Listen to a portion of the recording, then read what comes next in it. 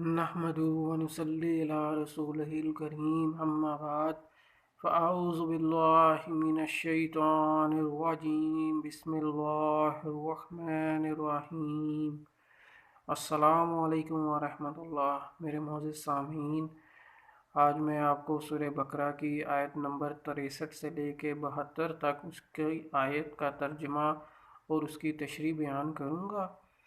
اب میں امید کرتا ہوں کہ آپ اس کو سنیں گے اور اس کو لوگوں تک ضرور شیئر کریں، اور انشاءاللہ میرا ایک مشن ہے کہ میں لوگوں کو اپنا پیغام جو ہے یہ اپنے رب کا پیغام لوگوں تک پہنچا دوں، تاکہ وہ ایک صحیح راستے پر آ جائیں۔ ان کو جو ہے وہ سب لوگوں کو اللہ تعالیٰ جو ہے وہ ہدایت دے نیک کام کرنے کی۔ اور جب ہم نے تم سے وعدہ لیا اور تم پر طور پہاڑ لا کھڑا کر دیا اور کہا جو ہم نے تمہیں دیا ہے اسے مضبوطی سے تھام لو، اور جو کچھ اس میں ہے اسے یاد کرو تاکہ تم بچ سکو، لیکن اس کے بعد بھی تم پھر گئے۔ پھر اگر اللہ تعالیٰ کا فضل اور اس کی رحمت تم پر نہ ہوتی تو تم نقصان والے ہوتے۔ اور یقیناً تمہیں ان لوگوں کا علم بھی ہے جو تم میں سے ہفتے کے بارے میں حد سے بڑھ گئے، اور ہم نے بھی کہہ دیا کہ تم ذلیل بندر بن جاؤ۔ اسے ہم نے اگلوں پچھلوں کے لیے عبرت کا سبب بنا دیا اور پرہیزگاروں کے لیے واعظ و نصیحت کا۔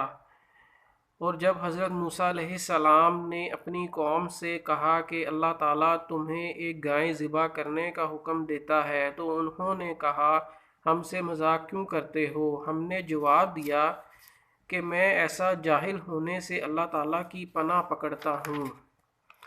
انہوں نے کہا اے موسیٰ دعا کیجئے کہ اللہ تعالیٰ ہمارے لیے اس کی ماہیت بیان کر دے۔ آپ نے فرمایا سنو، وہ گائے نہ تو بالکل بڑھیا ہو نہ بچہ ہو، بلکہ درمیانی عمر کی نوجوان ہو۔ اب جو تمہیں حکم دیا گیا ہے بجا لاؤ۔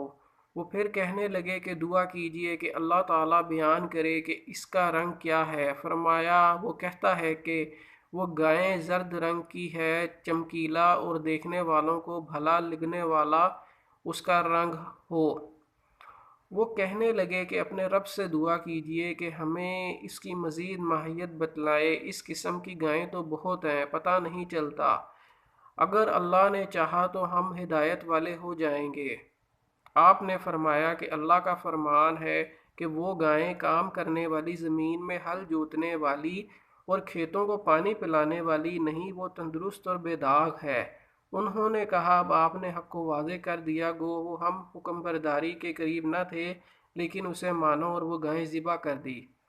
جب تم نے ایک شخص کو قتل کر ڈالا پھر اس میں اختلاف کرنے لگے، اور تمہاری پوشیدگی کو اللہ تعالیٰ ظاہر کرنے والا تھا۔ جب تورات کے احکام کے متعلق یہود نے عذرائے شرارت کہا کہ ہم سے تو ان احکام پر عمل نہیں ہو سکے گا، تو اللہ تعالیٰ نے کوہ طور جو پہاڑ تھا اس کو ان کے اوپر لا کھڑا کیا، جس سے وہ ڈر کر جو ہے وہ انہوں نے اس پر عمل کرنا شروع کر دیا۔ اس کے اندر ایک لفظ ہے سبتن، اس کو ہفتے کے دن کو کہا جاتا ہے کہ ہفتے کے دن یہودیوں کو مچھلی کے شکار کرنے سے منع کیا گیا تھا، اور ان کو کہا گیا تھا کہ وہ ایک بڑا اپنا مبارک دن ہے کہ وہ دنیاوی کاموں سے ان کو منع کیا گیا ہے، لیکن انہوں نے پھر بھی جو ہے وہ اس کی خلاف ورزی کی ہے۔ ان کو صرف کہا کہ ہر دن مچھلی کھا لو، لیکن انہوں نے جو ہے وہ ہفتے والے دن مچھلی جو تھی اس کو وہ بطور امتحان اس کو پکڑ لیتے تھے وہاں سے، اور وہ جال بچھا دیتے تھے، اور اتوار والے دن اس کو پکڑ لیتے تھے۔ اللہ تعالیٰ نے جو ہے وہ ان پر ایک عذاب نازل کیا، ان لوگوں کی شکلیں جو تھیں وہ بدل دیں۔ آیت کے مطابق پیچھے گزر چکی ہے کہ ان کو جو ہے وہ ان کی شکل بندر کی طرح بنا دی گئی تھی۔ اللہ اکبر۔ بنی اسرائیل میں ایک مالدار آدمی تھا جس کا وارث صرف ایک بھتیجا تھا۔ ایک رات اس بھتیجے نے اپنے چچا کو قتل کر کے لاش کسی آدمی کے دروازے پر ڈال دی۔ صبح قاتل کی تلاش میں ایک دوسرے کو ذمہ دار ٹھہرانے لگے۔ بالآخر بات حضرت موسیٰ علیہ السلام تک پہنچی تو انہیں ایک گائے ذبح کرنے کا حکم ہوا۔ گائے کا ایک ٹکڑا مقتول کو مارا گیا، جس سے وہ زندہ ہو گیا اور قاتل کی نشاندہی کر کے دوبارہ مر گیا۔